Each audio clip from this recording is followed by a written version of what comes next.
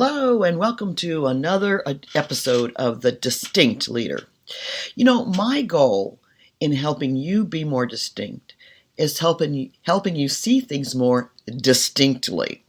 And one of the things that I've noticed as I continue to coach leaders and managers is the advantage they would have if they understood human behavior science, neuroscience more, because the bottom line is everything they're trying to accomplish in leading with and through others is done through how folks behave and how folks interpret and experience information, and all of that's done through the brain.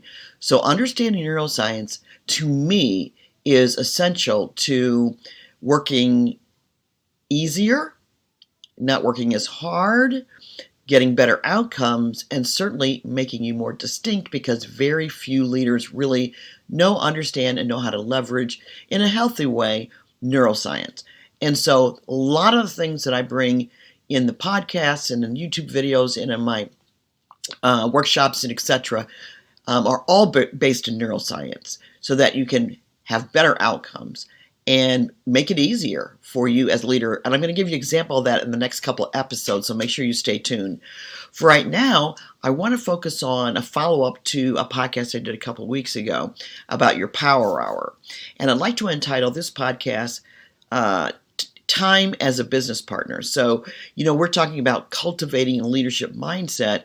And so my question to you in this podcast is, do you see time as a business partner?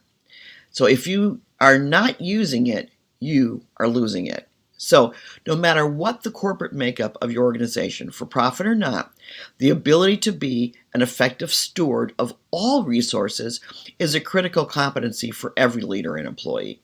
Among those resources is time. So have you ever considered time as a business partner? And if not, you should. In the last e-coaching podcast, we did discuss ensuring you had a power hour and the benefits that come from that. Well, I made the assumption that anyone who read that e-coach or listened to that podcast was pretty effective at being a time manager. And probably for many you are. However, if you are not, this is your coaching prompt, because time is not only a key asset, the use of time determines your leadership effectiveness. Here's how I see it. Time is a coach. Time is a reality check. It's a measurement, a gauge. It's a truth teller. It can be a roadmap, just to name a few. Now, for example, in its basic form, time is used in accounting. Quarterly reports, monthly summaries. It's used to determine how employees are paid. For example, hourly. Pretty basic stuff. So it's embedded in the standard operations of an enterprise and our lives in general. I think because of that, I think we take it for granted. So the coaching question this week is, how are you at working with time as your partner? And if you're leading leaders, how are they and their teams using time as a partner to get the most important results achieved? So if you want to improve how you use time, then here are the 3-step tip using this mantra. You want to plan it, you want to map it, and you want to manage it. So what I do is I just work from a week at a glance. Planning means you want to do and identify what's needed and what's important, tied to your vision and strategy, of course. And all that's determined in your power hour. Then everything related to that is plugged into your calendar. Beyond meetings, map out when and how long you think it'll take to get these activities done, and ideally when you'd like to do them. And then 3, you manage it.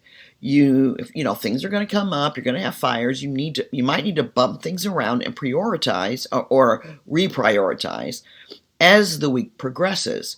But effectively making those decisions is what really is the key to effective time management. Now, these 3 activities, if done consistently, will significantly improve your outcomes because they incorporate key management skills like time awareness, time estimation, and time navigation. How good are you at those? How skilled? Time awareness, time estimation, how long you think things will take to do, and time navigation. How am I using my time in the context of reality? So, here's the bonus. Using a week at a glance, what I call a time map, You also document your activities. This gives you a record to refer to when your memory fails you. It serves as your coach because it shows the reality of how you work, particularly how and why you make the decisions that you do. In essence, time as your partner, working with time, is all about the skill of decision making. And also helps you stay on track related to your vision and strategy, and it tracks decisions and activities and keeps you mindful of the alignment to your vision and your strategy. And these are really just a few bonuses. Imagine if your team was able to do this as well.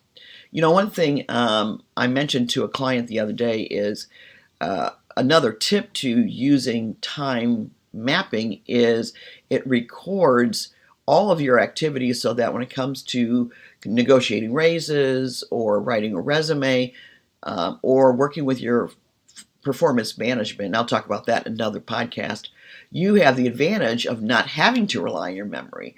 But because most people, when they have those conversations, it's just most recent stuff that comes up in their brain.